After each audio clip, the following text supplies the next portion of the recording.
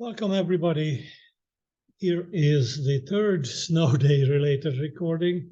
This includes the closing of Chapter 17 and the opening to the endocrine system, Chapter 18. And hopefully for this week, we will be done with snow day related recordings.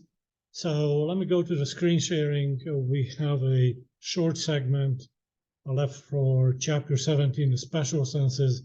And very interesting, this is probably the most appropriate segue into the endocrine system.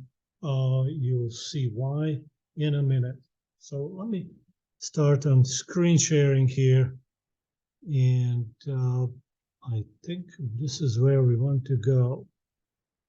All right. So in terms of the special senses, we have looked at mechanoreceptor-based special senses, the special sense of hearing and the equilibrium senses. We've looked at the photoreceptor-based special sense of vision. And here we have now two chemoreceptor-based special sense, the special sense of smell and taste. In both of these cases, the receptors are reacting to a change in the chemical environment of the receptor. So very different stimulus, very different conditions are changing in the environment, and we become consciously aware of all that. Chemoreceptor-based special senses have a unique connection to the limbic system portion of the brain. We will see the pathways from special sense of smell to the temporal lobe, from a special sense of taste to the parietal lobe of the cerebral cortex. But in addition to those, both of them take nerve impulse to the limbic system. And this is the reason, the target in the limbic system that results in emotional reactions to certain smell and taste sensations. Let's start with the special sense of smell. The receptors are located in about a silver $half area called the olfactory epithelium. The olfactory epithelium is as thin as saran wrap, and it needs to be supported. So this olfactory epithelium is glued to, it's stuck on the surface of the ethmoid bone, cribriform plate, and superior nasal concha. So right here, you see the superior nasal concha, cribriform plate is right here. So this is the location of all receptors related to a special sense of smell. When we take a close-up view of this olfactory epithelium, well, let's start up here. Here's the supporting structure. Here we see only the cribriform plate. And we do see these blue neurons. These are the olfactory receptors. They are neurons themselves, so very similar to myoclonic corpuscle or a pain receptor. These neurons will directly detect change in the environment. In addition to these neurons, excuse me, take a look at the axons. This is what cranial nerve 1 looks like, a bundle of axons going into the cranial cavity, and the olfactory bulb is where the rest of the neurons will take the nerve impulses to the temporal lobe. In addition to these blue receptor cells, receptor neurons, we do have kind of beige colored supporting cells. And we also have some glands that provide this mucus. A thin layer of mucus slows down the chemicals from the air, captures them, and then make them available to the hair cells of the olfactory receptors. These chemicals, these odorants, have to physically bump into the hair cells, and we'll see in a minute why that physical bumping, contacting is necessary. So this is what our saran wrap thin olfactory epithelium looks like in cross-section. So let's take a look at those odorants. Here in beige color is the inside of this olfactory hair. In blue, here's the outside. This is where the mucus is. And odorants, imagine that you take a sniff of a banana, or you can feel the smell of a fresh cut grass, or to everybody's great delight, let's talk about the skunk that you hit or drove over on the road, and now your car is smelling like skunk for the next half hour. So all those odorants are actual chemicals that are floating around in the air. And here is where this mucus layer helps. This mucus layer traps the odorants and allows them to swim to a receptor protein. So here's this physical interaction where the odorant has to physically run into contact the hair, because it's on these olfactory hairs that we have the receptor proteins. So what happens when the odorant contacts a receptor protein? Seems like we're going into excessive details here, but when we look at this process and we look at what happens with hormones, a lot of these steps will be very similar. So let's take a look. The receptor protein will activate another group of proteins called the G proteins. The G proteins, just like a finger, will turn on the lights in this cyclic AMP factory. This is called adenylate cyclase. So G protein, once they activate, they turn on adenylate cyclase activity, and a large amount of cyclic AMP will be created in the hair. And cyclic AMP floats to sodium channels, and when cyclic AMP contacts a sodium channel, the channel will be open. So this is a ligand-gated sodium channel, and sodium ions rushing into the cell will cause depolarization, the beginning of the action potential. And this is how these sensory receptors, olfactory receptor cells, create a nerve impulse. The odorant makes these cells to go through these steps, and the end of those steps comes depolarization, beginning of an action potential. With special excuse me, need to drink something. So with the special sense of smell, adaptation is extremely quick. You've seen this in the lab with the warm receptors.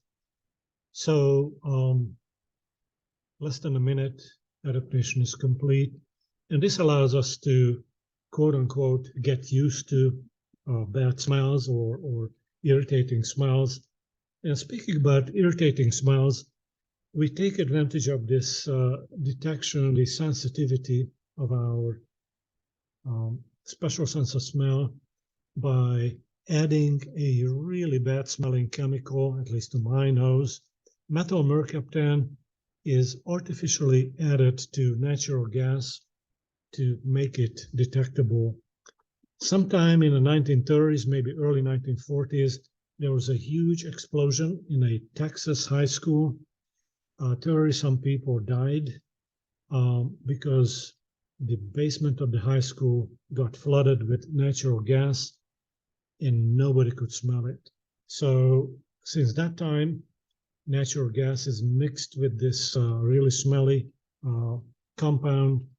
And this is when you say, I smell gas, you're actually smelling methyl mercaptan, highly noticeable. Just like with any other special senses or special sense of smell also lowers its activity with age, and this condition is called hyposmia. And the last portion here about special sense of smell is the flow of nerve impulses. So we are starting with the olfactory receptors. We saw how with the help of G proteins and cyclic AMP, they create action potentials. Now those nerve impulses pass through cranial nerve 1 into the cranial cavity. The second order neurons, or the second neurons, are located in the olfactory bulb. And then from there, the temporal lobe is the target of these nerve impulses. And once the nerve impulses are in the temporal lobe, that smell sensation becomes conscious awareness. Special sense of taste. Here we are detecting chemicals that are dissolved in liquid. That liquid usually is saliva. Imagine eating an Oreo cookie without milk. How do we detect that sweet taste? Well, bits of Oreo cookie are dissolving in our saliva, and that's how those sugar molecules come to our taste receptors to tell us that we are eating that sweet cookie.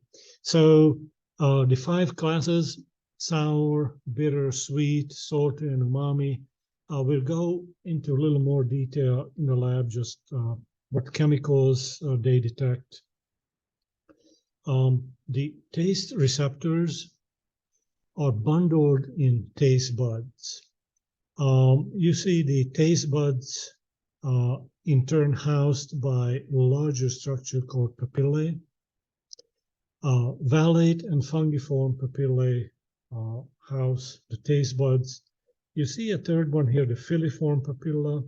Filiform papillae do not have taste buds.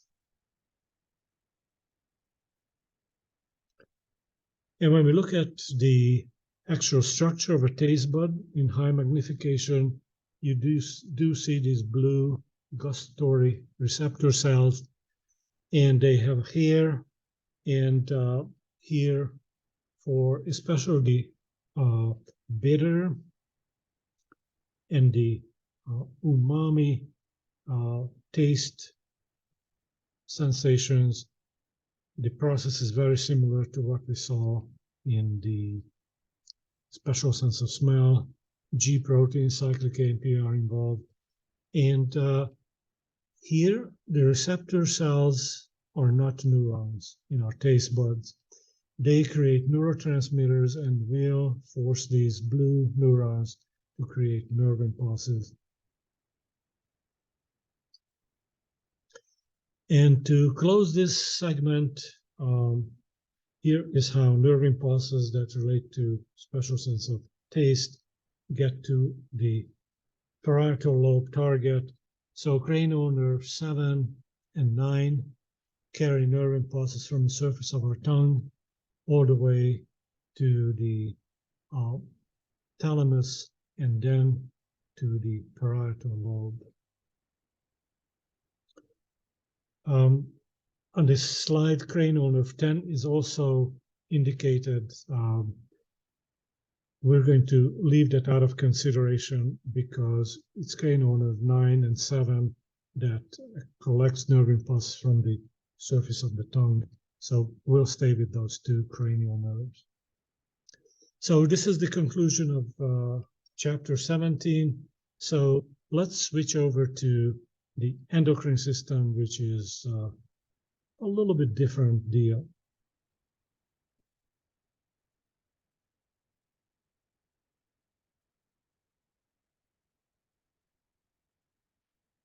So I'm going to stop sharing here, and let me see if I can start the endocrine system. So let's spend a few minutes, at least with the introductory aspect of the endocrine system. We were very proud of our nervous system It can detect changes in the environment, decide what to do, and then send nerve impulses to maintain homeostasis. Our endocrine system does something very similar. It monitors changes in the environment, usually in the internal environment of the body.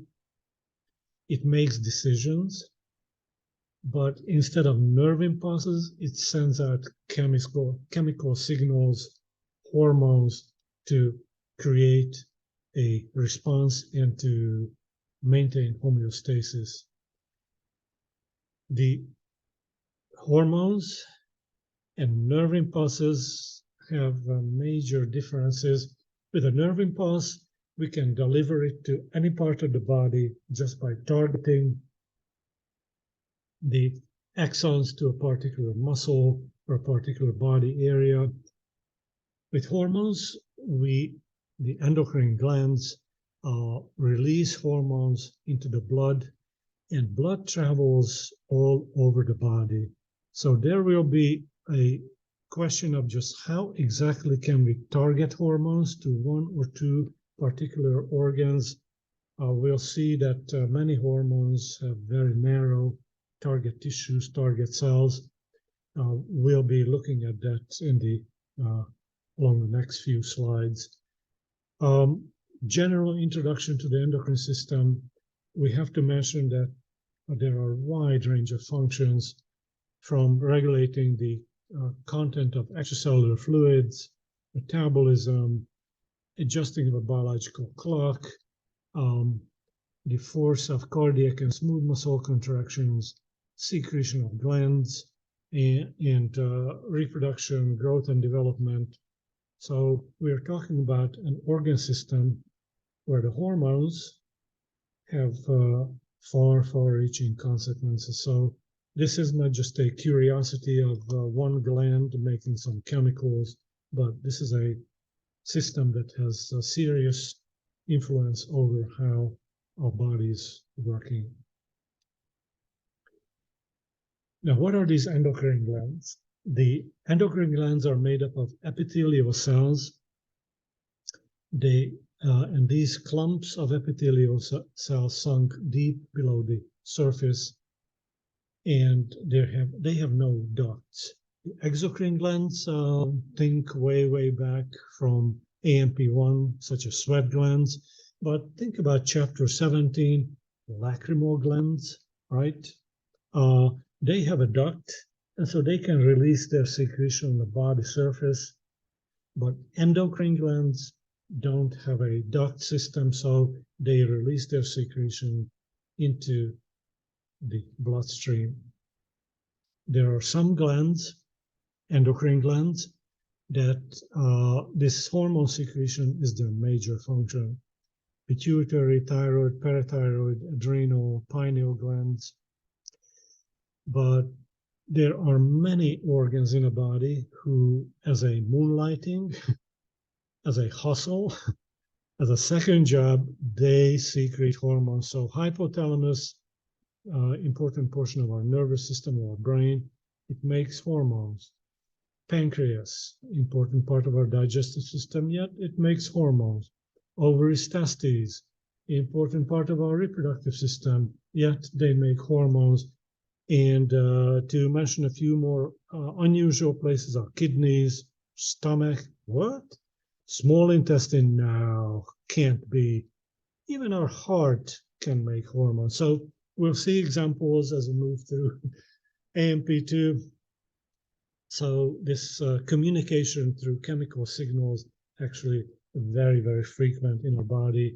And a few organs we'll be focusing on that are prime time endocrine glands. We will mention two hustling glands. Hypothalamus has a major coordinating effect, so we have to mention this. And we'll also mention in some detail the pancreas because its effect on blood glucose. So let's say a few more general things about these endocrine glands. This is how we can target the action of a hormone.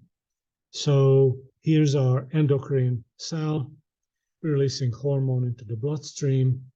The bloodstream carries these hormones to the ends of the body and all places. And anytime you look in your bloodstream, there are 2-3 dozen hormones in there. So how do those hormones find their target?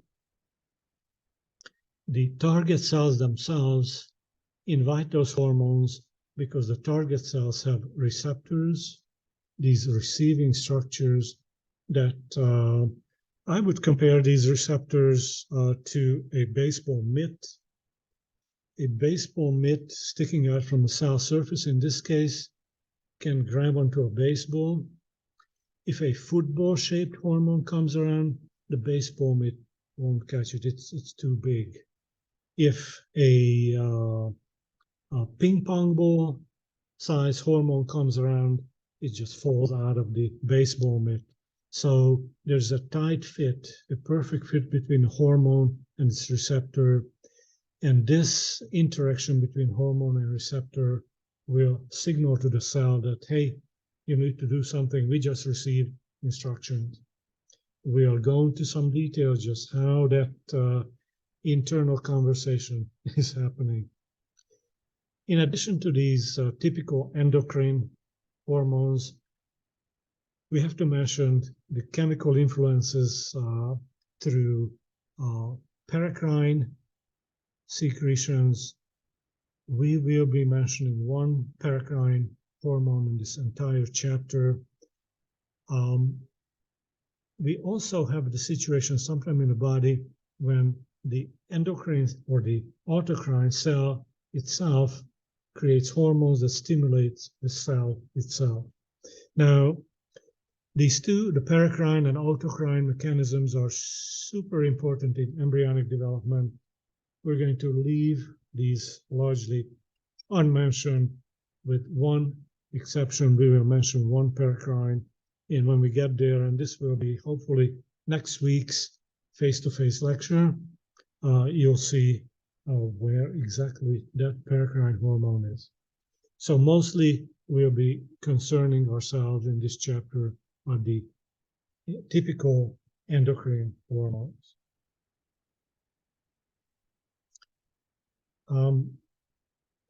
The hormone delivers an instruction just like a nerve impulse. So how do the target cells change? Well, the target cells may make a new molecule. The target cells may change what goes through their cell membrane.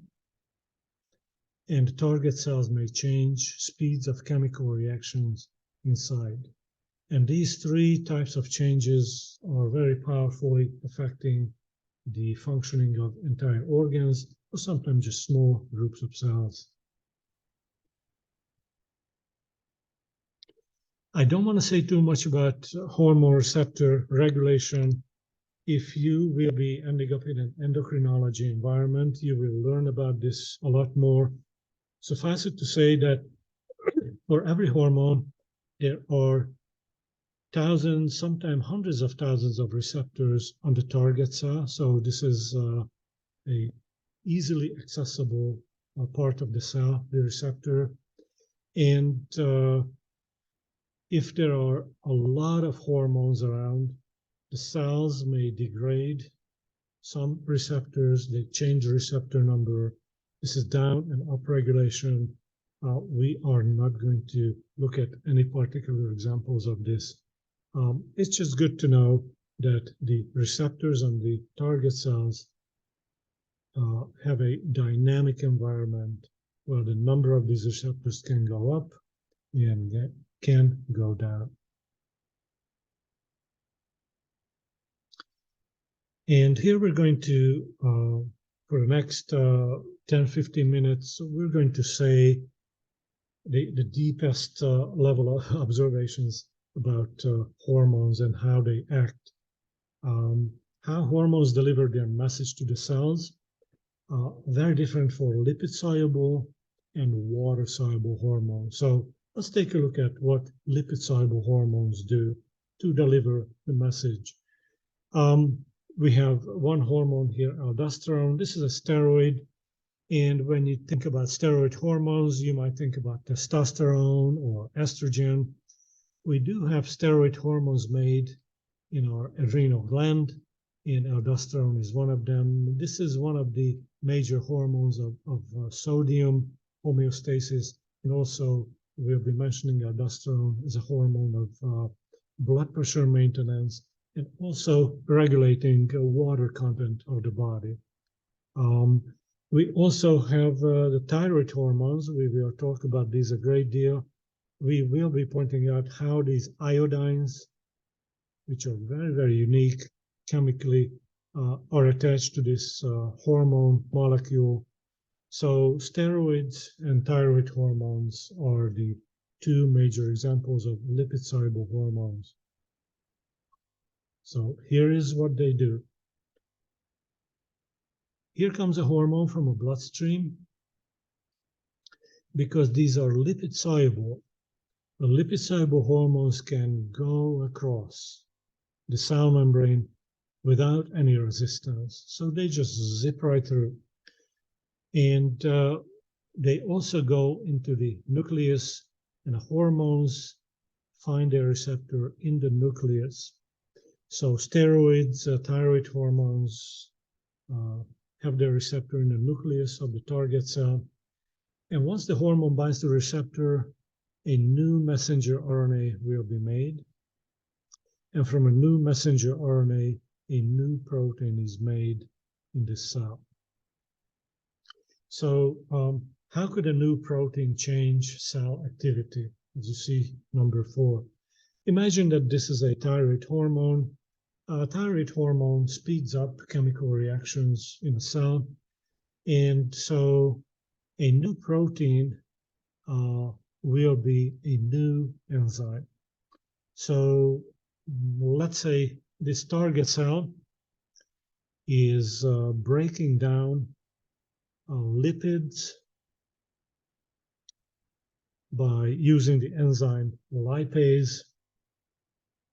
So upon the concept or the effect of thyroid hormone, this new protein will be a lipase, and 1,000 more lipase enzymes will degrade lipids 1,000-fold more. So we can speed up change of chemical reactions such as lipid degradation just by making a lot more active ingredient enzymes that carry out that function. So this is how lipid-soluble hormones deliver their message, and typically they lead to formation of new proteins. Water-soluble hormones have different chemical makeup. A lot of the times, small proteins such as oxytocin, pictured here, but amine and peptide hormones are all water-soluble. You see a few examples here. The world famous epinephrine, norepinephrine, they are water-soluble. Serotonin are water-soluble, and many protein hormones. We'll be talking about protein hormones such as prolactin, follicle-stimulating hormone, antidiuretic hormone. Many protein hormones have a profound effect on the body. And these water-soluble hormones have a little problem, because when a water-soluble hormone comes out of the bloodstream and want to enter the target cell, like a tennis ball bouncing back from a wall, the water-soluble hormone will be bouncing back from the cell membrane. Water-soluble hormones cannot enter the cell. So how is this hormone going to deliver the message to the inside of the cell? Here is where the G proteins, adenylate cyclase, comes handy. So very similar to special sense of smell. The water-soluble chemical, in this case a hormone, will bind to a hormone receptor, which is not in the nucleus, but it's swimming in the cell membrane. So the hormone binds to the receptor, receptor will activate the G protein, blue in here, and the G protein will turn on adenylate cyclase, which will make boatloads of cyclic AMP.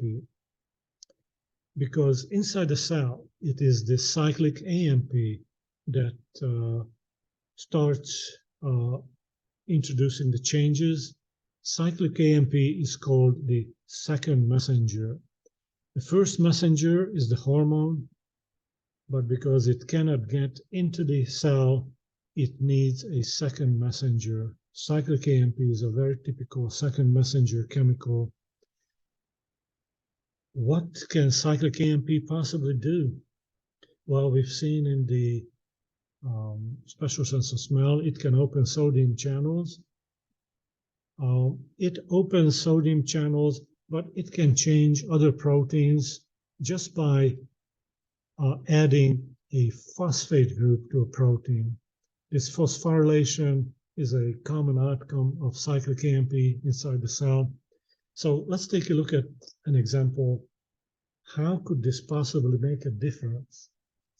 Let's take an example, antidiuretic hormone. Antidiuretic hormone forces the cells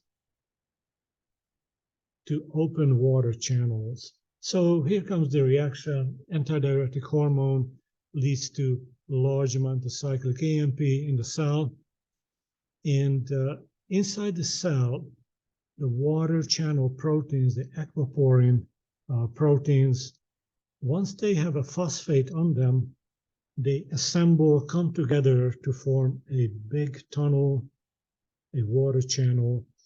And when that water channel assembles in the membrane, the cell is going to allow water flow. And that is the major purpose of antidiuretic hormone, to change the water flow through the cells. So this was just one example. I think bottom line is that proteins with a phosphate on them change their activity, behave differently. So cyclic AMP as a second messenger leads to phosphate addition to proteins, and these proteins now make the cell to behave differently. In addition to cyclic AMP, there are other second messengers. Calcium ions, cyclic GMP can serve a second messenger in rare cases. And let's illustrate the power of this G protein related pathway. Consider the small intestine. Our small intestine makes normally about a half gallon of intestinal juice. And this juice production is stimulated by local hormones, which act through the receptor G protein cyclic AMP path. And here comes an intestinal infection.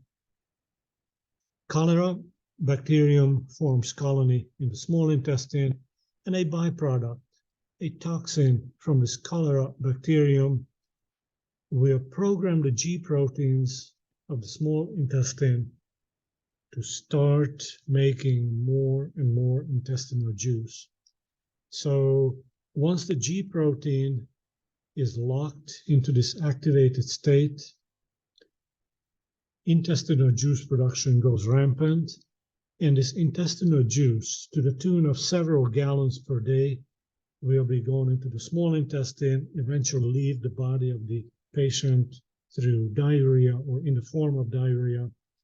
So the cholera bacterium causes dehydration and eventually the death of this individual just by changing the programming of the G protein that leads to water removal from this person in the form of diarrhea.